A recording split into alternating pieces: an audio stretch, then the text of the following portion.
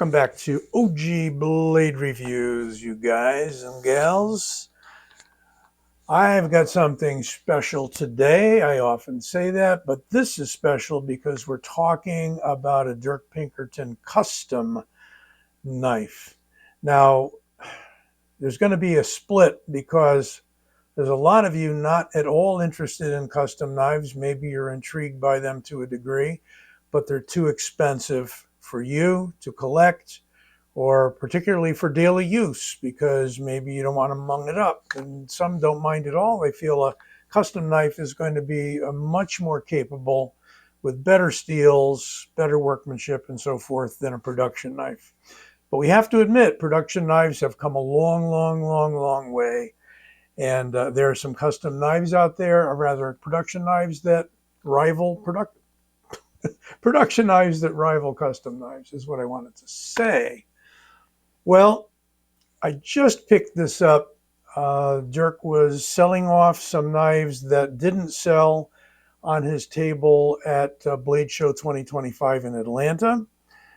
He put these out on his post on Instagram, and I immediately was attracted to this one, which is from S35VN, hand-molded Kydex sheath. Let's not wait any longer. This is his Escort, which is his take on a Scottish Sgian Dubh. I believe that's how it's pronounced, as Sgian Dubh. It's spelled very strangely, and you probably wouldn't recognize the spelling, but it is the type of smaller knife, and this is a larger version of one that is kept in the sock of those guys in the kilt.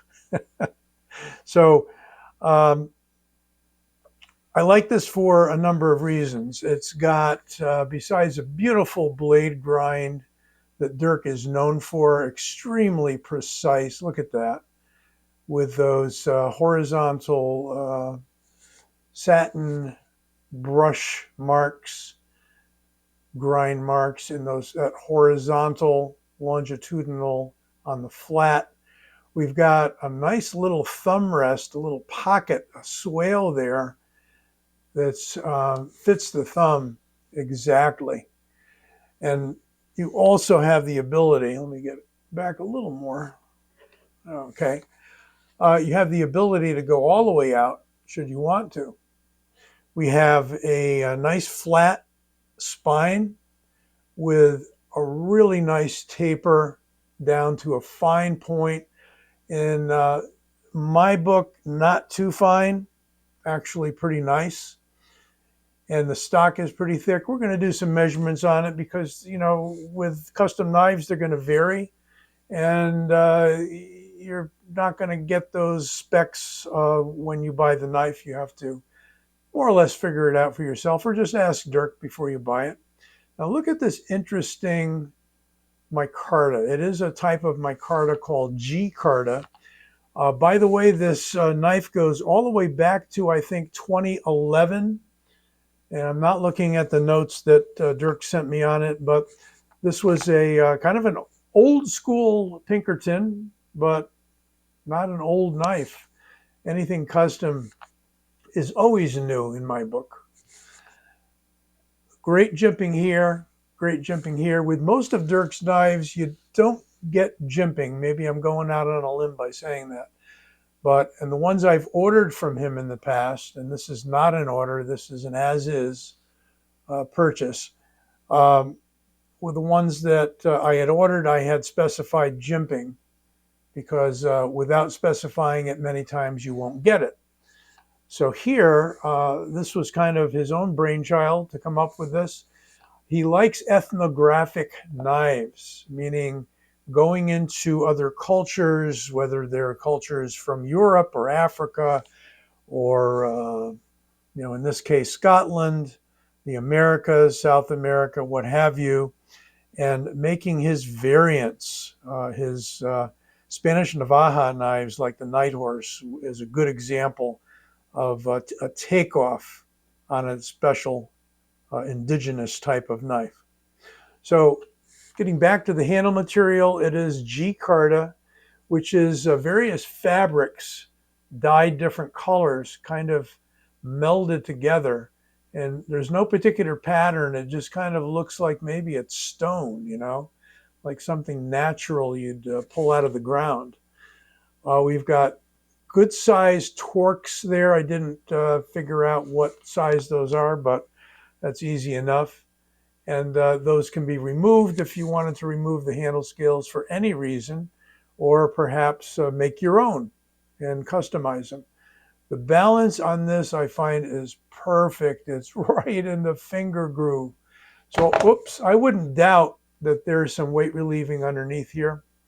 If you don't mind, I'm not going to look. I don't mind taking the scales off, but they're perfectly fitted. Not that they'd be any different if I took them off and put them back on again.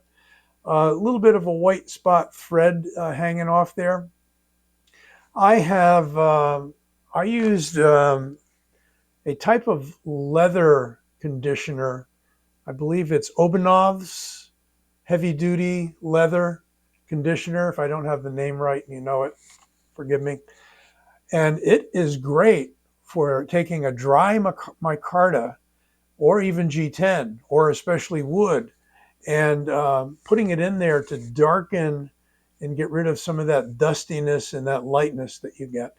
I know that custom makers like Armis Knife and Tool, Michael over there, are giving you an option now, and I know he's put it out there for comment recently in July 2025 here, as to whether he should take the step of oiling or darkening his micarta or his G10 rather, or leaving it as is and letting the customer decide. It's easy enough to darken it on your own. It doesn't take long at all.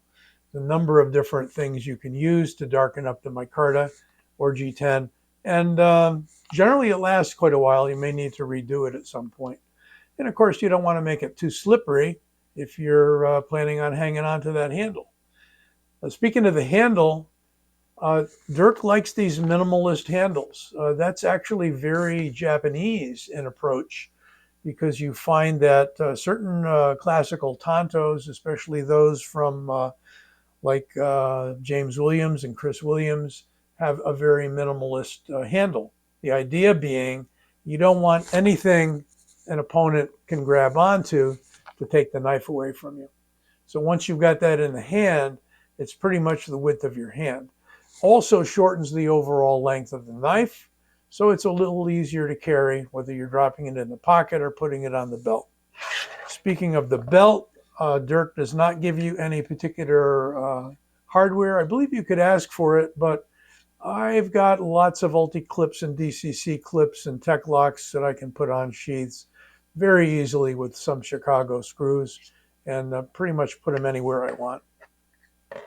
Let's get some measurements. And once again, I'm not putting these up on screen any longer, but you can see what they are and jot them down and freeze frame and whatnot. So if we go with my special Westcott clear ruler here, next to the knife, we get 8 3/4 overall. And I get a blade length of 4.8, let's say. So good long blade, good medium-sized blade, and it's a hollow grind, really nice.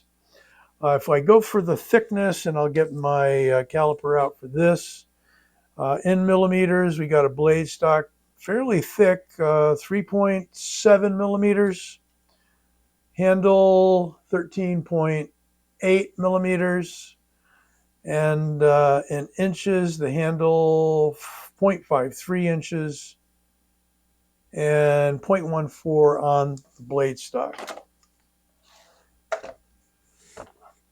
And our scale, I'll give you weight with and without the sheath in case that matters.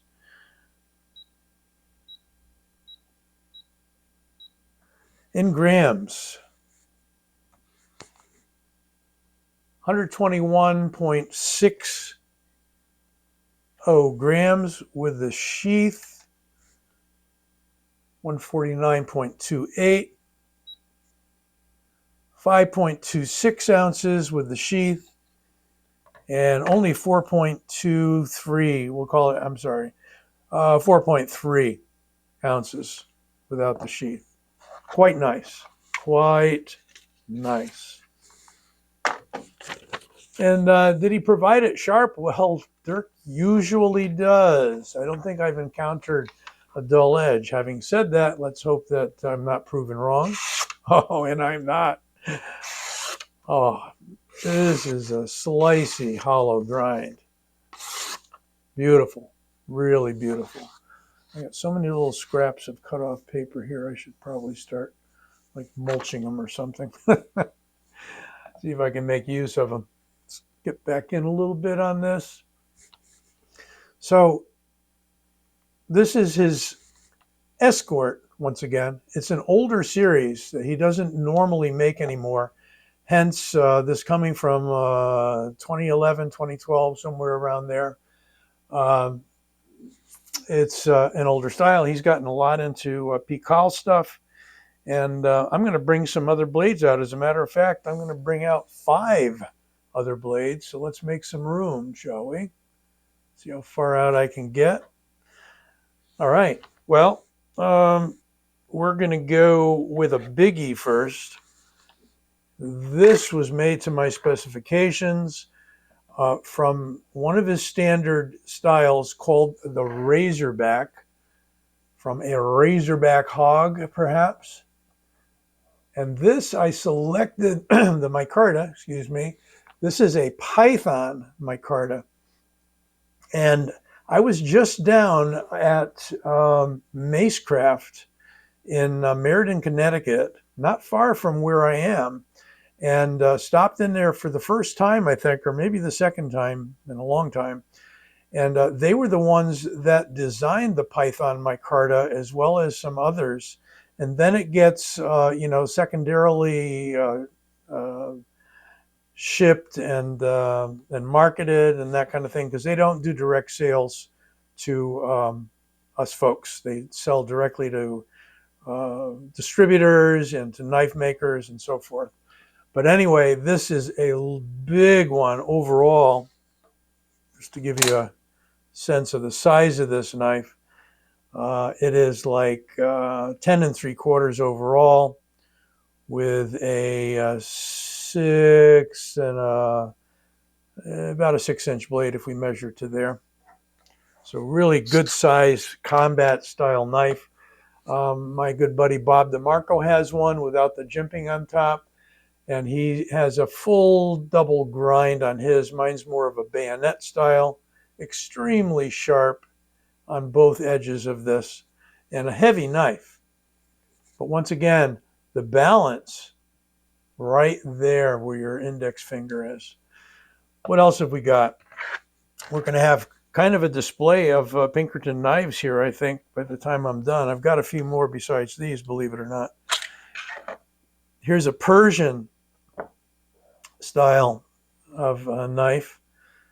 And there's his name for this, and you'll know it if you're a Pinkerton knife collector.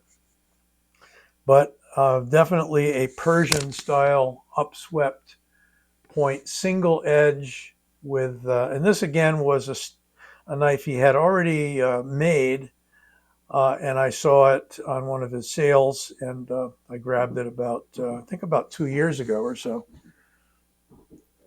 Then we've got almost its mirror cousin in a long Pical knife by Dirk once again.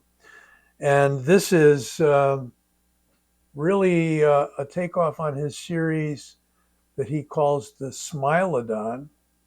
So we've got kind of an extra long Smilodon there. I'm not sure I like Pical knives for practical carry with a longer blade, because you've got that leverage issue. You know, when you contact, it's going to, pull on your grip just a little bit. A shorter knife won't do that. So I kind of prefer 4 inches and under for a blade on a Pical knife, but still extremely usable. I think Fieldworks, Ryan Atkinson, has a double-edged version of this, which is very cool looking. Well, we're still going here. Stay with me. This is a real favorite of mine, the fire ant. This is a tri-edge sharpened, nasty little knife. And the fire ant, Dirk has the siafu, which is the army ant from Africa. That's doesn't quite look like this, but it's more of a Wharncliffe. And see if I need to make some room here or not. Really wicked knife, and he makes these in various sizes. This one has the rich light scales. Look at that, with the stone pattern on there. Really excellent jimping. This one, again, was made to my specs with the materials of my choice. And finally, the Urban Nomad. This was one Dirk, once again, had already in a batch of knives he wanted to sell. And it's the one that he says he regrets selling. He loves this knife himself quite a bit. But we have kind of you call it a Wharncliffe or a sheep's foot, but we don't have the roundness there of either a classic sheep's foot or a Wharncliffe. But nasty little protection knife. Once again, you know, minimal handle. I think this is an exception. We've got a bigger handle on that one, obviously a much bigger knife. And on this Persian here, we have a fairly longer handle as well. Shorter, I would say kind of a compromise handle here. It's short, but not short based on the overall size of the knife. So the name of this one I was trying to think of is the Nomad, because he designed one for Kizer, no longer made, folding Nomad. Similar blade shape in a folding knife, much smaller though, of course. Well, there you have it. A partial Pinkerton collection, because I couldn't bring them all out. And this being my newest acquisition, the Escort, a Sgian Dubh. And I'm sure you'll correct me on the pronunciation, you Scottish folks. Right about now, you'll see my logo over here. If you click on it and you haven't subscribed, as I always say, you can subscribe to the channel and be notified when new videos drop. Be well, take care, stay safe. You can with these, by the way.